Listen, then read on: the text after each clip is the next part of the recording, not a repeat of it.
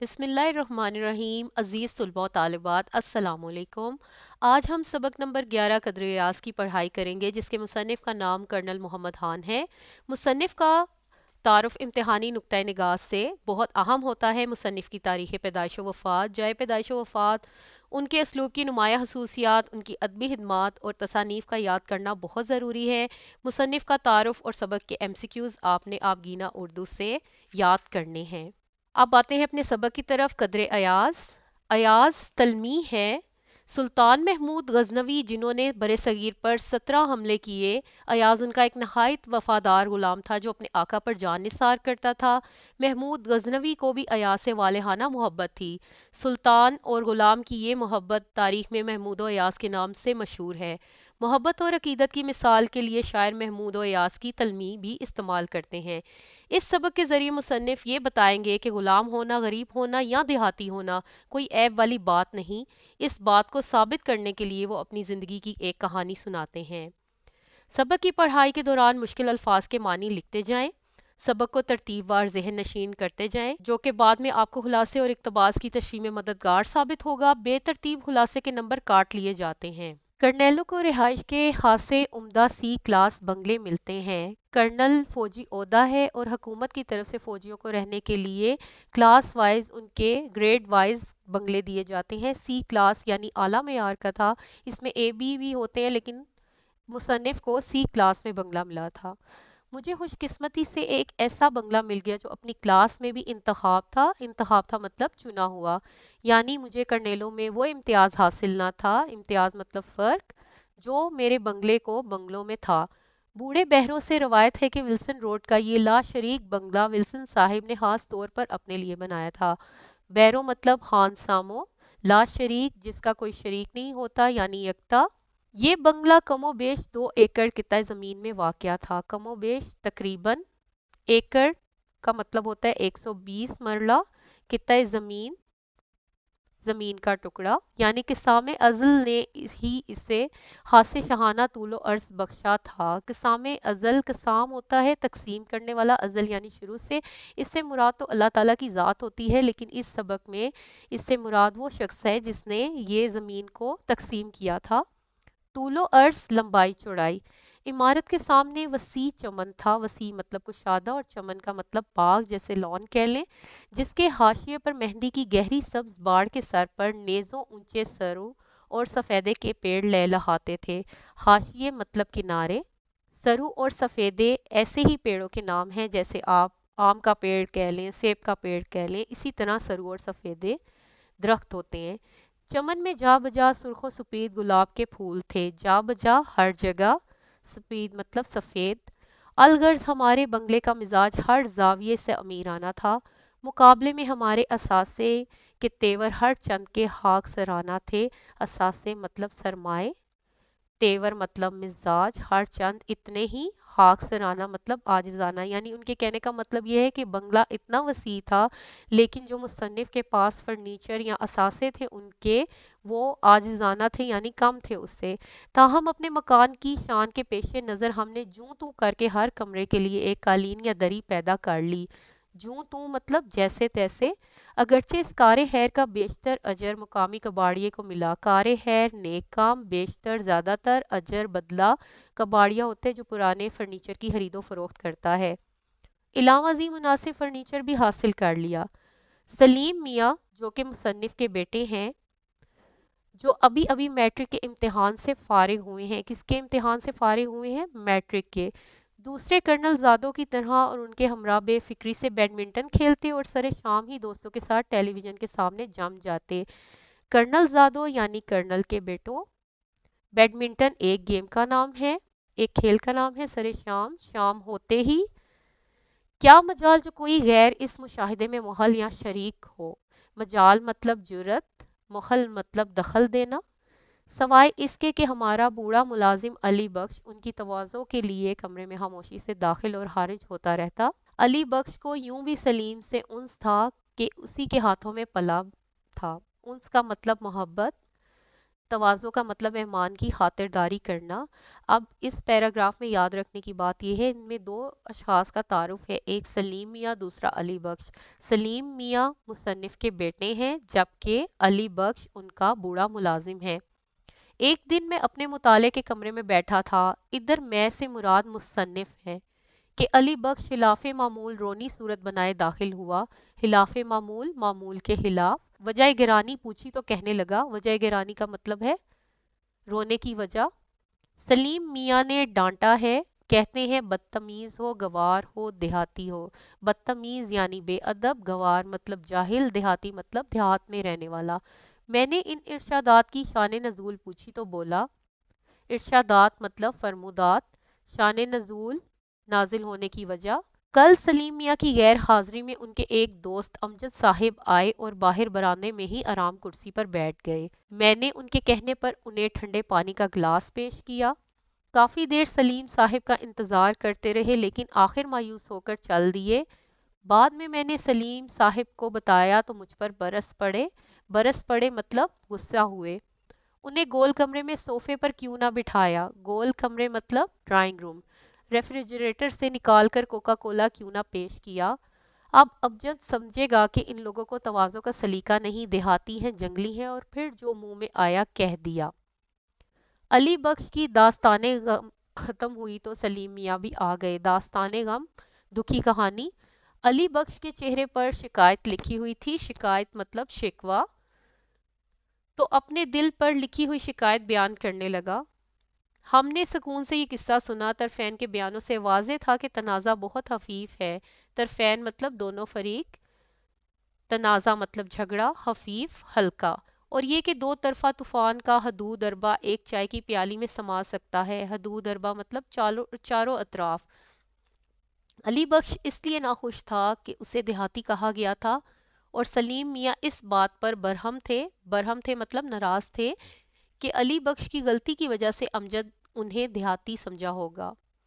हमारे नज़दीक देहाती होना या समझा जाना ऐसी नाकाबिले बर्दाश्त कबाहत ना थी। कबाहत मतलब बुराई। चुनाचे हमने हंसी हंसी में देहातीपन के फजाइल बयान करना शुरू किए। फजाइल मतलब खूबियाँ। और इस बलागत के साथ कि सलीम और अली बख्श दोनों मुस्कुरा दिए और बाहम राजी हो गए। बलागत का मतलब होता है कम अल्फाज में ज़्यादा मतलब बयान कर देना। बातों बातों में हम उन्हें एक देहाती का किस्सा सुनाने लगे। एक था लड़का जो अपने गांव से प्राइमरी पास करने के बाद शहर के हाई स्कूल में जा दाखिल हुआ। अपने गांव में तो वो छोटा मोटा चौधरी या चौधरी का बेटा था, लेकिन था ठेठ देहाती। ठेठ मतलब खालिस। पहले दिन क्लास में गया तो नंगे सर पर साफा बांध रखा था। साफा पगड़ी को कहते हैं, वो कपड़ा जो सर पर लपेटते हैं। बदन पर कुर्ता और तहमद, और पाँव में पोटोहारी जूता। तहमद वो कपड़ा होता है जो शलवार की जगह पहना जाता है, और पोटोहारी जूता पेशावरी चप्पल जैसा होता है, लेकिन वो थोड़ा सा बड़ा होता है। मास्टर जी ने शलवार पहनने कहा तो धीमी आवाज में बोला, ओ खुदा, सुथन ते कुड़ियां पौंदियां ने। सुथन शलवार को कहते हैं, कुड़ियां लड़कियों को कहते हैं। पौंदियां ने मतलब पहनती हैं। सलीम मियाँ ये सुनकर खिलखिला उठे और बोले, सचमुच पक्का पेंडू था, मगर अब्बा जान वो पतलून क्यों नहीं पहनता था। पतलून का मतलब पैंट। मैंने कहा, बेटा ये आज से 40 बरस पहले की बात है, यानी मुसन्निफ जिस वक्त ये मजमून लिख रहे हैं उससे भी 40 बरस पहले की बात है।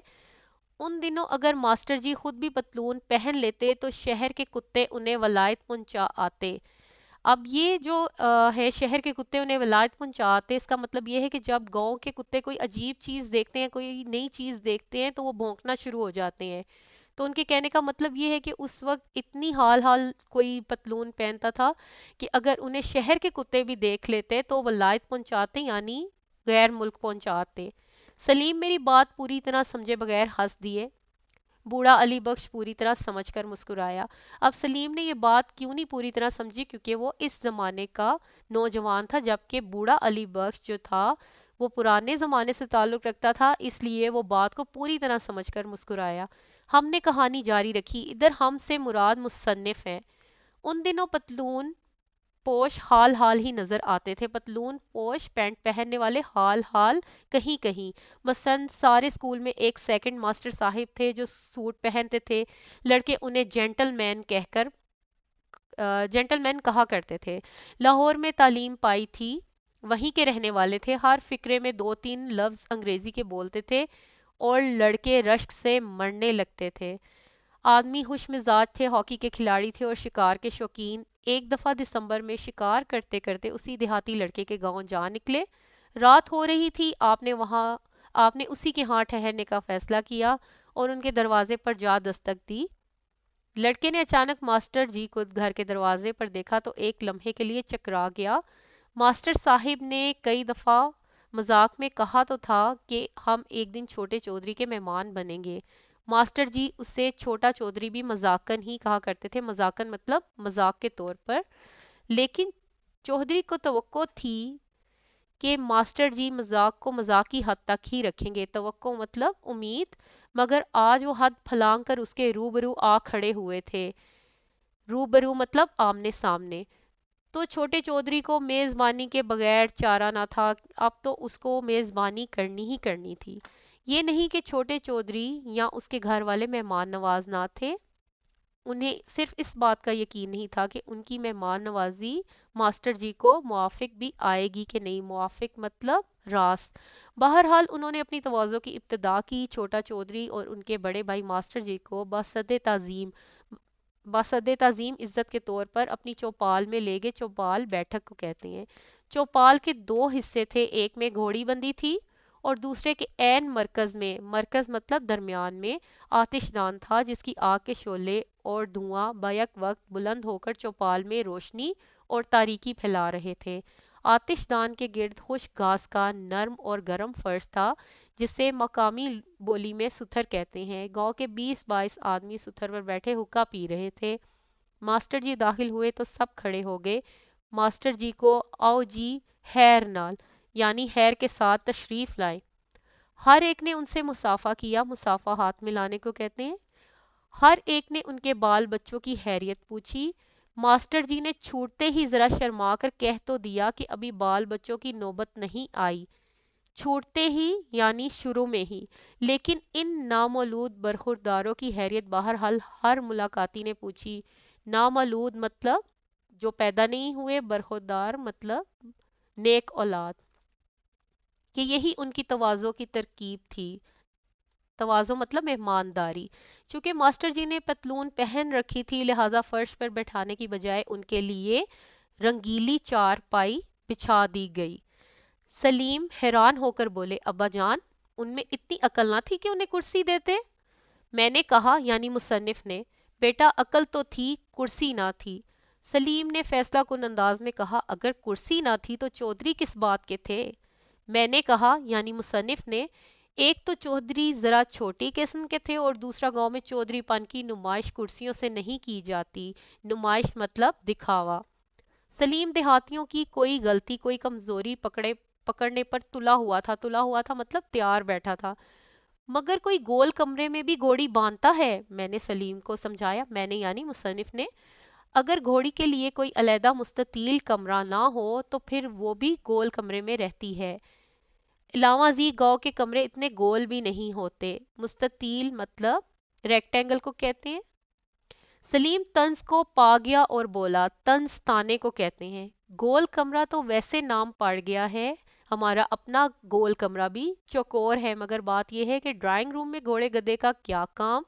क्या वो इतने अनाड़ी थे। मैंने कहा, भाई वहां चाय पीने पिलाने का हुनर पहुंचा ही ना था, वहां लस्सी का रिवाज था और इस हुनर में वो यकता थे। यकता मतलब वाहिद। तो क्या मास्टर जी को आखिर लस्सी पिला दी। मुसन्निफ, नहीं पिलाई तो चाय ही थी, लेकिन वो ऐसी कामयाब चाय ना थी। सलीम, यानी चाय की लस्सी बना दी। मुसन्निफ, हाँ बेटा, कुछ ऐसा ही जायका होगा। छोटे चौधरी का कहना है कि मास्टर जी ने एक घूंट पिया, ठंडी लगी और प्याली रख दी। सलीम, तो चौधरी शर्म से गर्क ना हो गया। गर्क मतलब डूबना। मुसन्निफ, नहीं ऐसा हादसा तो ना हुआ, अलबत्ता चौधरी को इस बात का रंज बहुत हुआ कि मास्टर जी की फरमाइश पूरी ना की जा सकी। बहरहाल उन्होंने कुछ तलाफी रात के खाने पर मुर्ग के सालन से कर दी। रंज मतलब दुख। तलाफी मतलब बदला, भरपाई। फिर मास्टर जी के लिए बिस्तर लगाया गया। चौधरी ने उनके लिए इकलौती रेशमी रजाई निकलवाई। वो सफेद झालर वाला तकिया जिसके गुलाफ पर 12 सिंगे की तस्वीर कड़ी हुई थी मतलब कढ़ाई की हुई थी। बेशक तकिए में लचक की निस्बत अकड़ ज्यादा थी। लचक मतलब नरमी, अकड़ मतलब सख्ती, यानी वो तकिया सख्त था। और मास्टर जी को उसे सर के नीचे फिट करने में कुछ दिक्कत भी पेश आई। दिक्कत मतलब मुश्किल। लेकिन आखिर आराम से सो गए। सिर्फ एक मर्तबा आधी रात के करीब घोड़ी के खांसने से जरा अंग्रेजी में हड़बड़ाकर जाग उठे। लेकिन बराबर ही चौधरी और उनका नौकर सो रहे थे। उन्होंने घोड़ी को चारा और मास्टर जी को दिलासा दिया, दिलासा तसल्ली। और फिर सुबह तक कोई काबिल जिक्र वाकया ना हुआ। सलीम: अब्बा जान, सुबह होते ही मास्टर जी तो भाग निकले होंगे। मुसन्निफ: नहीं तो। वो तो इत्मीनान से जागे, फिर उन्हें हरे भरे खेतों की सैर कराई गई, फिर उन्होंने गुस्ल किया। गुस्ल भी बैठक में ही किया होगा। मुसन्निफ: बेटा, बैठक में नहीं, मस्जिद में। सलीम: मस्जिद में? सलीम ने हैरत से कहा। खाना खुदा को गुस्ल खाना बना दिया? मैंने कहा, यानी मुसन्निफ ने कहा, भाई गांव के अक्सर लोग मस्जिद के गुस्ल खानों में ही नहाते हैं और बज़ाहिर अल्लाह ताला को इस पर कोई एतराज भी नहीं। देहाती गांव में हर काम के लिए अलहदा खाने कम ही होते हैं। सलीम कान पर हाथ रख कर बोले। हाँ, कान पर हाथ रखना यानी तौबा वाले अंदाज से। खुदा इस देहाती जिंदगी से बचाए अब्बाजान। अच्छा हुआ आप फौज में आ गए, वरना हम भी छोटे चौधरी की तरह मवेशियों के साथ सो रहे होते और मस्जिद में जाकर नहाते। मवेशी मतलब जानवर। लेकिन छोटा चौधरी तो इस जिंदगी से भी नाखुश ना था। मगर अब्बाजान, बेचारे मास्टर जी का क्या बना? बना ये कि मास्टर जी ने गुस्ल के बाद नाश्ता किया और फिर रुखसत हो गए। नाश्ता? चौधरी के घर में कॉर्नफ्लेक्स थे। कॉर्नफ्लेक्स मकई के दलिए को कहते हैं। कॉर्नफ्लेक्स ना तो ना थे, अलबत्ता जो दाल दलिया था गरीब ने हाजिर कर दिया। सलीम: अब्बा जान, उसके बाद छोटा चौधरी तो स्कूल में मुंह दिखाने के काबिल ना रहा होगा। मुसन्निफ: नहीं बेटा, स्कूल तो वो उसी मुंह से गया और शहरी लड़कों ने उससे कुछ मजाक भी किया, मगर वो मगन रहा। मगन रहा मतलब मसरूफ रहा। सलीम: चौधरी की जगह मैं होता तो शर्म से मर जाता। मुसन्निफ: मगर चौधरी तो जीता रहा, बल्कि खामोशी से पढ़ता भी रहा और आखिर मैट्रिक पास करके लाहौर कॉलेज में चला गया। वो कॉलेज भी गया। क्या उसके पास इतने पैसे थे? मुसन्निफ: पैसे तो कम थे, मगर उन्होंने थोड़ी सी जमीन बेच दी। सलीम: मगर थोड़ी सी जमीन से क्या बनता है? कॉलेज में रहकर खाना होता है, कुछ पहनना होता है। क्या वो मकई के भुट्टे खाता होगा? भुट्टे मतलब सिट्टे। क्या वो तहमद बांधता था? तहमद मतलब धोती। बस गुजारा ही कर लेता था, गुजारा ही करता रहा, या कुछ पढ़ भी गया? हाँ, कुछ पढ़ भी गया। फिर जैसा कि उसका उनका दस्तूर था, फौज में भर्ती हो गया। दस्तूर मतलब कानून, भर्ती होना मतलब शामिल होना, शरीक होना। फिर तो आप उसे जानते होंगे। क्या वो आपके मातहत काम करता है? मातहत मतलब जेर या निगरानी में। मातहत तो नहीं, मगर जानता जरूर होगा। तो अब्बा जी, इससे बुलाइए ना, कभी हम छोटे चौधरी को देखेंगे। देखेंगे? क्या वो कोई तमाशा तो नहीं? सलीम मियाँ: अब्बा जान, बुलाइए ना छोटे चौधरी को, हम बिल्कुल नहीं हंसेंगे। सच? बिल्कुल सच। तो फिर आओ मिलो छोटे चौधरी से। और ये कहकर मैंने सलीम की तरफ बाजू फैला दिए। सलीम एक लम्हे के लिए मबहूत खड़ा मुझे देखता रहा और फिर ये कहकर मुझसे लिपट गया। महबूत का मतलब होता है हक्का बक्का, हैरान। अब्बाजान आप? सलीम और अली बख्श दोनों की आंखें नम थी मतलब गीली थी, और दोनों की आंखों में एक देहाती के लिए मोहब्बत की चमक थी। अयाज अपने असली लिबास में भी ऐसा मायूब नजर नहीं आता था। मायूब मतलब ऐबदार। ये सबक का निचोड़ है, यानी जिस मकसद के लिए सबक लिखा गया है। आप जहाँ हैं, जो आपकी हैसियत और असलियत है, अगर आप वो लोगों को बताएंगे, दिखाएंगे, तो वो ऐब वाली बात नहीं। ऐब वाली बात अपनी असलियत को छुपाना है। झूठ बोलने से बाद में इंसान को शर्मिंदगी का सामना करना पड़ता है। अब चलते हैं इस सबक की मशक की तरफ। इसमें से आपने रजिस्टर पर मुख्तसर सवालात के जवाबात लिखने हैं, खुलासा लिखना है, और जो किताब पर हल करने वाले सवालात हैं वो हम इधर ही हल कर लेते हैं। सवाल नंबर 4: सबक कदरे एयाज के मतन को पेश नज़र रखते हुए दुरुस्त जवाब की निशानदही टिक से करें, टिक के निशान से करें। अलिफ: कर्नेलों को रिहाइश के लिए कौन से बंगले मिलते हैं? सी क्लास। بے الغرض ہمارے بنگلے کا مزاج ہر زاویے سے امیرانہ تھا۔ تمام دیہاتیوں نے ماسٹر جی کو کون سے برخورداروں کی خیریت دریافت کی؟ نامولود، یعنی جو پیدا نہیں ہوئے تھے۔ ماسٹر جی کے بیٹھنے کے لیے کیا چیز منگوائی گئی؟ چارپائی۔ ماسٹر جی نے کس چیز کی فرمائش کی؟ چائے کی۔ سوال نمبر 5، متن کو مد نظر رکھتے ہوئے درست اور غلط جملوں کی نشاندہی کریں۔ الف طرفین کے بیانوں سے واضح تھا کہ تنازع بہت خفیف ہے، درست۔ سارے اسکول میں ایک ہیڈ ماسٹر صاحب تھے جو سوٹ پہنتے تھے، غلط، سیکنڈ ہیڈ ماسٹر تھے۔ سلیم اور علی بخش دونوں کی آنکھوں میں ایک دیہاتی کے لیے مذاق کی چمک تھی، غلط۔ دیہاتی لوگ اتنے مہذب نہیں ہوتے کہ ڈرائنگ روم میں کتے لے آئیں، درست۔ سلیم میاں ابھی ابھی ایف اے کے امتحان سے فارغ ہوئے تھے، غلط۔ سلیم میاں میٹرک کے امتحان سے فارغ ہوئے تھے۔ اب یہ اقتباس ادھر ایک دیا ہوا ہے، لیکن آپ نے آپ گینا اردو سے پیرا وائز سارے اقتباسات کی تشریح یاد کرنی ہے۔ اب یہ کالم آ جائیں، کالم سوال نمبر 11 ہے، کالم الف کے الفاظ کو کالم بے میں دیے گئے متضاد الفاظ سے ملائیں۔ طول، عرض، داخل، خارج، ازل، ابد، رنج، مسرت، خفیف، شدید، چمن، ویرانہ۔ ادھر تک ہم نے مشق کرنی ہے، اس کے بعد یہ جو مختصر سوالات کے جوابات ہیں، خلاصہ اور الفاظ مانی، یہ سب آپ نے رجسٹر پہ کرنا ہے۔ یہ دیکھیں پہلے صفحے پر آپ یہ لکھیں گے، اس کے بعد خلاصہ سٹارٹ کریں گے، صفحہ نمبر 1، صفحہ نمبر 2، اینڈنگ لائن ڈرا کریں گے۔ اس کے بعد آپ نے یہ الفاظ مانی نوٹ کرنے ہیں۔ الفاظ مانی نوٹ کرنے کے بعد یہ آپ کے مختصر سوالات کے جواب ہیں، اس کو آپ نے اردو ادب کے رجسٹر پر خشخط کرنا ہے۔ اب چلتے ہیں ہم اپنے گرامر کے کام کی طرف۔ اس بات کو آپ نے اپنے اردو گرامر کے رجسٹر پر لکھنا ہے۔ بیرون ملک مقیم والد کے نام خط، بیرون ملک یعنی ملک سے باہر مقیم رہائش پذیر والد کے نام خط لکھنا ہے۔ شروع کریں گے کمرہ امتحان، جو موجودہ تاریخ ہوگی اس دن کی آپ نے لکھنی ہے ادھر۔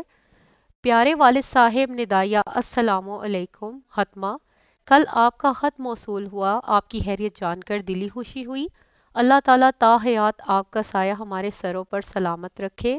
خط میں آپ نے گھر کے حالات کے بارے میں آگاہ کرنے کو کہا تھا، تو بات کچھ یوں ہے کہ جب سے آپ گئے ہیں یوں محسوس ہوتا ہے کہ گھر سے رحمت کا سایہ اٹھ گیا ہے۔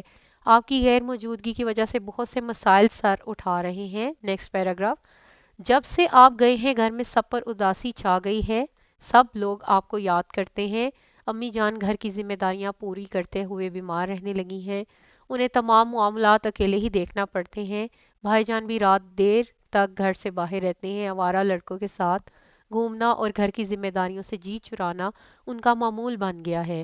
امی کے بیمار ہونے کی ایک بڑی وجہ یہ بھی ہے، ہم سب چاہتے ہیں کہ آپ اپنا کاروبار پاکستان منتقل کر لیں اور جلد ہی ملک واپس لوٹ آئیں۔ بھائی جان کی اچھی تربیت کے لیے آپ کا یہاں ہونا بہت ضروری ہے، آپ کوشش کریں کہ جلد واپس آ جائیں تاکہ ہماری پریشانی دور ہو۔ والسلام، آپ کی بیٹی الف بے جیم۔ طلبہ یہاں لکھیں گے آپ کا بیٹا الف بے جیم، ٹھیک ہے؟ اس خط کو بیٹا آپ نے لکھنا ہے، نہ صرف لکھنا ہے بلکہ اس کو یاد بھی کرنا ہے۔ آپ کی ڈائری جو ہے اس لیکچر کے بعد اس میں اٹیچ کر دی جائے گی گروپ میں۔ آپ نے ڈائری کو نہ صرف مکمل کرنا ہے بلکہ سارے اس چیپٹر کو اچھے طریقے سے تیار کر کے سارے کام کو بہت اچھے طریقے سے یاد بھی کرنا ہے۔ مشکل الفاظ کی املاء، تلفظ اور لکھائی پر خاص توجہ دینی ہے۔ السلام علیکم۔